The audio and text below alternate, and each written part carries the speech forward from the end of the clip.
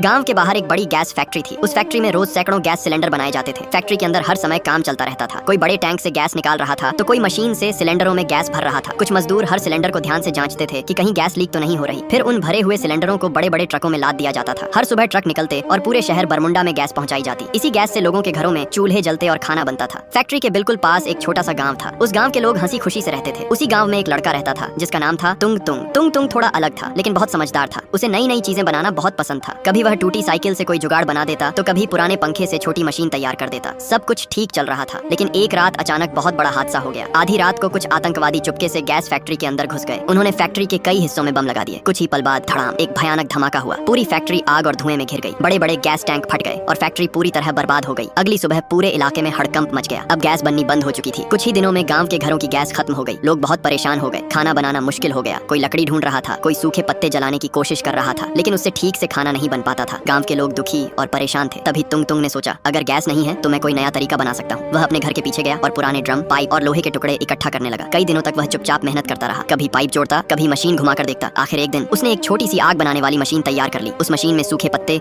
भूसा और कचरा डालते ही मशीन के अंदर से तेज और लगातार आग निकलने लगी। अब उस आग पर आराम से खाना पकाया जा सकता था। तुंग तुंग ने वह मशीन पूरे गाँव को दिखाया। गाँव वाले हैरान रह गए। अब बिना गैस के भी उनके घरों में चूल्हे जलने लगे। कुछ ही दिनों में तुंग तुंग ने ऐसी कई मशीनें बना दी। पूरा गाँव खुश हो गया। लोग तुंग तुंग की खूब तारीफ करने लगे। उस दिन के बाद गाँव में एक बात सबकी जुबान पर थी, समस्या कितनी भी बड़ी क्यों न हो, अगर दिमाग और हिम्मत हो तो उसका हल जरूर निकल जाता है।